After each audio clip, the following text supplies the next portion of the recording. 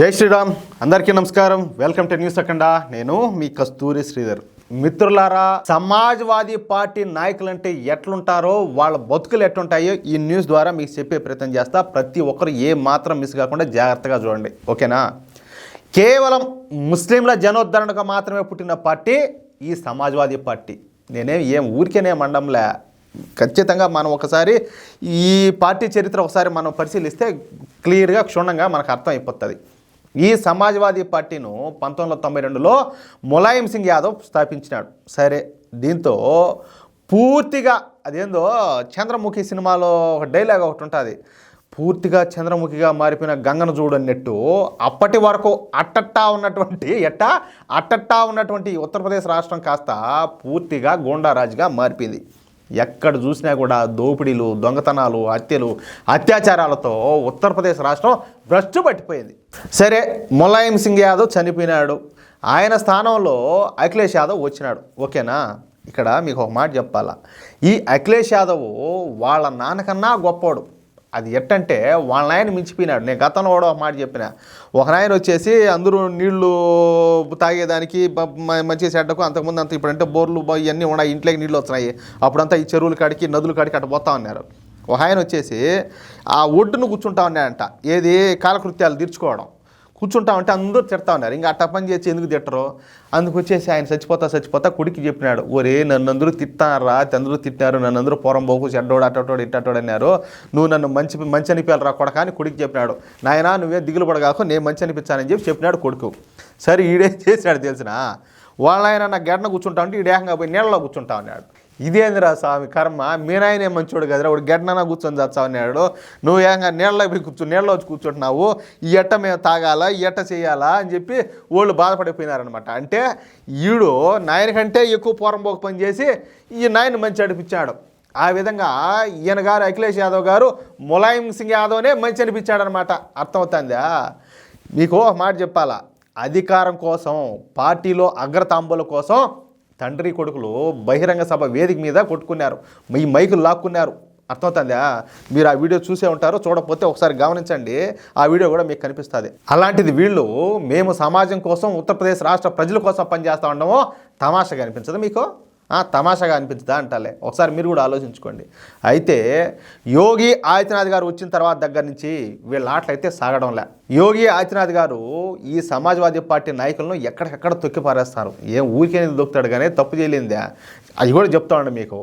తోక జాడించేటటువంటి ఈ సమాజ్వాదీ పార్టీ నాయకుల తోకలైతే కత్తిరిస్తారు. దీంతో 2017 నుంచి ఇప్పటి వరకు సమాజ్వాదీ పార్టీ నాయకులు కిమ్మనకుండా గుర్తుండిపోయినారు. ఎక్కడ యోగి శివతాండం చేస్తాడోనన్న భయంతో ఎవరు కూడా ముందుకు రావడంలే. అయితే సమాజ్వాదీ పార్టీ నాయకులు మాత్రం వాళ్ళ లేఖ బుద్ధులు అయితే ఎప్పటికప్పుడు బయట పెట్టుకుంటానే ఉన్నారు.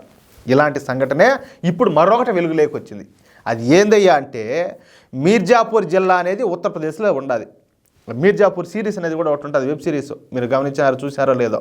అయితే ఈ మీర్జాపూర్ జిల్లాలో ఖతినై అనే గ్రామం ఒకటి ఉన్నదన్నమాట. ఈ గ్రామంలో అత్యంత చారిత్రాత్మకమైనటువంటి శ్రీరాముల వారి దేవాలయం ఉండాలి. ఈ దేవాలయాన్ని 1500 సంవత్సరాల క్రితమే నిర్మించారంట. ఇక ఈ దేవాలయంలో శ్రీరాముల వారు, లక్ష్మణుడు, సీతాదేవి అమ్మవారి విగ్రహాలు అయితే ఉన్నాయి. ఇవేమి సాదాసీదా విగ్రహాలు కాదు, ఇవే 1500 సంవత్సరాల నాటి అష్టధాతు విగ్రహాలు అనమాట. అంత ప్రాచీనమైనటి. అంటే 8 లోహాలతో కలిపి ఈ విగ్రహాలను తయారు చేశారు. వీటి విలువ 30 కోట్ల రూపాయలంట. చూడండియా ఎంత విలువైనటివనా. ఈ విగ్రహాలలో శ్రీరాముల వారి విగ్రహం 22 కేజీలు, లక్ష్మణుల వారి విగ్రహం 22 కేజీలు, సీతాదేవి అమ్మవారి విగ్రహం 20 కేజీలు ఉంటుందంట.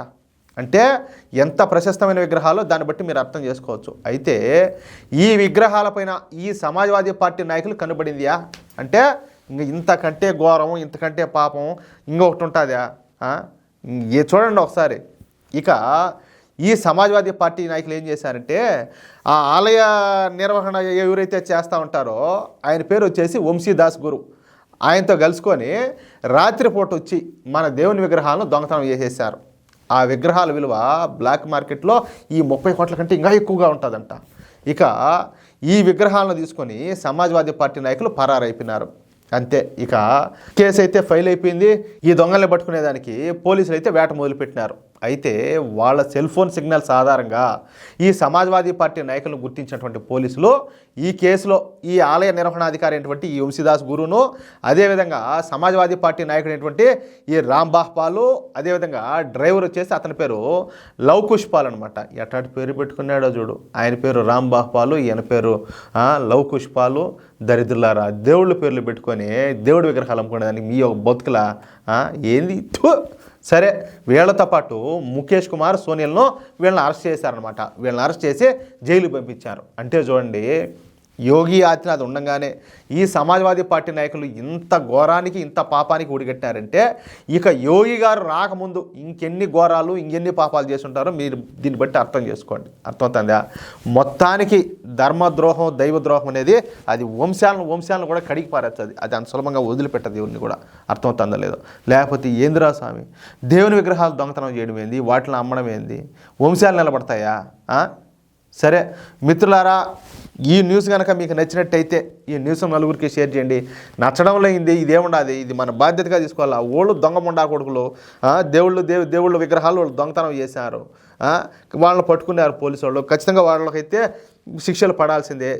మనము అంటే మానవ మాత్రలో ఇప్పుడు యోగి ఆదిత్యనాథ్ గారు కావచ్చు, ఉత్తరప్రదేశ్ ప్రభుత్వం కావచ్చు, ఓళ్ళు వేసే శిక్ష వేరు, భగవంతుడు వేసే శిక్ష వేరు ఈ విషయంలో. అర్థమైంది కదా? కాబట్టి ఇలాంటి న్యూస్ నలుగురికి తెలియాలి తప్పనిసరిగా. కాబట్టి అంటే ఎవరేంటో తెలియాలనేది నా ఉద్దేశం అన్నమాట. ఈ విషయాన్ని నలుగురికి షేర్ చేయండి.